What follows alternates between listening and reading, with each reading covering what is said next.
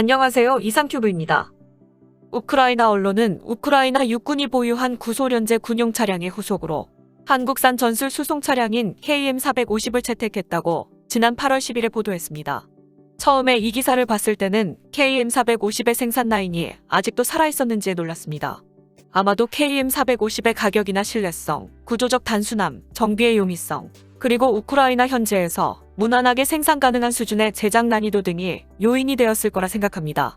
우크라이나 언론에 의하면 우크라이나 육군은 지휘 차량 및 전술 수송 차량으로 사용하고 있는 구소련제 UAG-469 기반의 군용 차량인 BMV-125를 교체하기 위해 한국 기아가 생산하는 전술 수송 차량인 KM450을 도입해 자국 내에서 라이센스 생산을 할 예정이라고 현지 언론은 보도했습니다.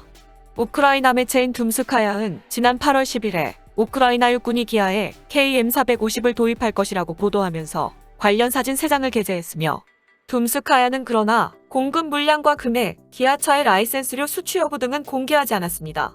앞서 우크라이나의 영문 매체인 토버는 올해 1월에 우크라이나 육군이 차량 현대화를 논의 중이라면서 구소련제 UAG 차량은 종말을 고할 것이라고 보도했습니다. 둠스카야넷은 KM450을 미국 육군이 사용한 카이저 지프 M715에서 유래한 차량이라고 소개하고, 차량 테스트는 연말께 이뤄질 것이라면서 M715 지프는 여전히 사용되고 있으며 인도와 한국, 이스라엘이 생산 중이라고 전했습니다. KM450은 미국의 M715를 한국 육군에 맞게 재설계한 모델입니다.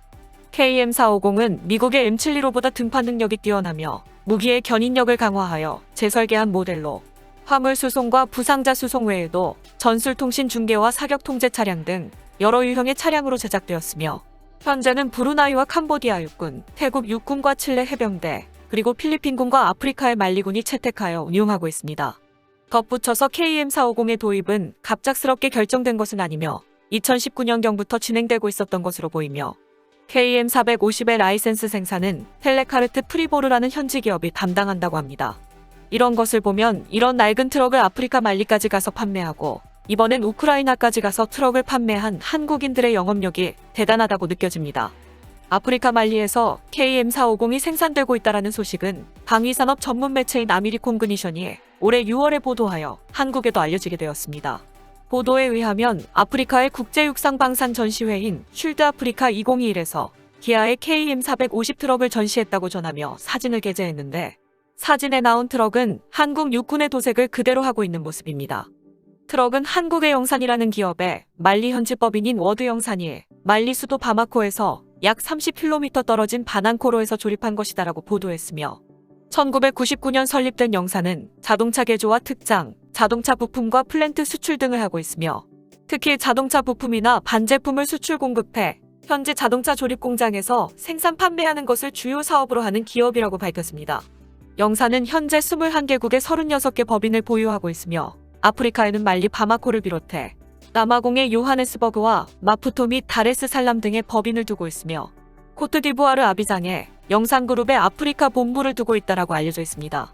참고로 이 기업의 본사는 특이하게 한국이 아니라 오스트리아 빈에 있습니다. 워드 영산은 영산과 말리의 워드모터스가 합작해 설립했으며, 이렇게 해서 설립된 워드모터스는 기아 자동차가 2016년에 파트너로 지정한 말리 기업입니다. 이 회사는 2016년 이후 군용 트럭을 주로 주문 제작하고 있습니다. 또한 칠레 육군에서도 한국산 군용 트럭은 인기가 많습니다. 칠레 육군은 병력 수송과 견인 포회 차량으로 KM250 트럭을 운용 중이며, 칠레 해병대도 KM450 트럭과 KM450 트럭을 기반으로 개발된 KM451 앰뷸런스 트럭을 사용 중입니다. 필리핀도 우리나라의 군용 트럭을 운용 중입니다. 필리핀은 2018년에 군 현대화 사업의 일환으로 KM450 108대와 KM250 37대를 한국에서 구매했으며, 작년에는 성능이 마음에 들어서 KM450 219대를 추가로 수입했습니다. 또한 내전이 치러지는 중앙아프리카 공화국에서도 KM450의 구소련제 GU-23 대공포를 얹어서 운용하는 모습이 확인되었는데, 당시 우리나라 정부는 중고 차량을 중앙아프리카에 판매한 적이 없다라고 발표하여 중앙아프리카 공화국에서도 발견된 KM450은 타국에 공여된 차량이 노획되어 사용되고 있는 것일 가능성이 높을 것으로 추측되었습니다. 방산 전문 매체인 아미테크놀러지에 따르면 KM450은 배기량 3.9리터 디젤 엔진을 장착하고 출력은 135마력이며 5단 수동 변속기와 그리고 최고 속력은 시속 104km에 최대 항속거리는 700km에 이른다고 보도했습니다. 화물칸에는 접이식 좌석이 설치되어 있어 12명의 병력이 탑승할 수 있습니다. 화물칸은 접이식 보호와 캔버스찬 덮개로 씌울 수 있습니다. 탑재 능력은 도로 주행 시 1.53톤이며 야지 주행 시는 1.33톤입니다. KM450은 기아가 국내에서 생산하고 있는 K311의 라이센스 모델명입니다. K311은 미군으로부터 대량으로 공여받은 M37을 대체하기 위해 국산화한 모델입니다. 2003년부터는 개량형 모델인 K311A1이 도입되었으며 국군에서 주로 불리는 별명은 포차와 K511의 별명인 두돈반과 같은 맥락의 4호돈 또는 대체한 모델에서 유래한 다찌라고도 부릅니다. 그 외에는 3Q 3쿼터라고도 부르는데 과거 다찌의 적재 중량에서 유래한 단어입니다. 중장년층 남성들이 군복무 시절에 3쿼터를 운전하였다고 말한다면 K311을 운전하며 복무하였다는 의미입니다. 또한 K4라고 부르는 경우도 있는데 K4 유탄기관총을 운용할 수 있어서 그렇다고 합니다. K311은 운송 목적보다는 특수한 목적으로 사용되는 경우가 더 많습니다. 기본적으로 군용 구급차의 대다수가 K311을 채택하고 있으며 통신 박스카와 이동정비 차량, 암호차와 화생방 탐지차 등 다양한 역할들을 수행합니다. 기본적인 카고 타입도 존재하기 때문에 독립중대나 GOP 소초의 소량의 물자를 운송하기도 좋고 K4 고속 유탄기관총도 운용할 수 있습니다. K311의 차량 크기는 K511보다 작고 가볍기 때문에 속도가 빠르고 협소한 길도 안전하게 지나갈 수 있습니다. K311의 회전 반경은 카운티나 마이티와 비슷하거나 조금 더 크다고 알려져 있습니다. 이는 M715가 미국산 픽업 트럭이나 SUV를 기반으로 만들어졌기 때문입니다. 최고 속도의 경우 신형 모델은 계기판은 140km이나 실제 최고 속도는 105km이고 구형 모델은 계기판은 120km나 실제 최고 속도는 96km인 것으로 알려져 있습니다. 또한 K311로 가속을 지속할 경우 차량의 계기판 상태에 따라 화살표가 계기판 끝을 넘어가는데 계기판 끝을 살짝 넘긴 125km에서 리미트가 걸려서 그 이상은 달릴 수 없습니다. 제한 속도가 넘어가면서 들리는 온갖 굉음과 더불어 차가 흔들리기 때문에 운전자는 바로 감속하게 된다고 알려졌습니다. 이는 설계상의 이유에서 비롯됐는데 군용차는 민수차에 비해 일반 도로보다 험지 돌파에 주력하고 설계하기 때문에 일반적으로 민수용차에 비해 최저 지상고가 높고 속도에 중점을 두지 않기 때문입니다.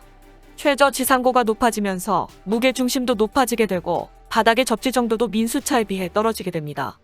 따라서 험지 돌파를 위해 장착한 오프로드용 타이어는 일반적으로 쓰는 타이어에 비해 고속 주행에는 적합하지 않습니다. 고속 주행에 대비한 휠 얼라인먼트와 같은 정비가 군대 내에서 잘 실시되지도 않고 있으며 차체의 중량에 따른 승차감의 문제로 보인다는 의견도 있지만 군용차는 민수차에 비해 매우 무겁기 때문에 오히려 더 안정되어야 합니다. 복합적인 문제로 인해 속도가 오를수록 타이어에서 나는 굉음은 더 커지고 핸들이 가벼워지며 80km를 넘어가면 차의 흔들림이 매우 심해지므로 과속하는 것 자체가 어렵습니다. 어쨌든 이러한 여러 단점이 있지만 가격이나 신뢰성, 구조적 단순함, 정비의 용이성 등이 뛰어난 차량인 것은 이미 여러 나라에서 증명되었으므로 경제 사정이 좋지 않은 우크라이나로서는 현명한 선택을 한 것으로 보입니다.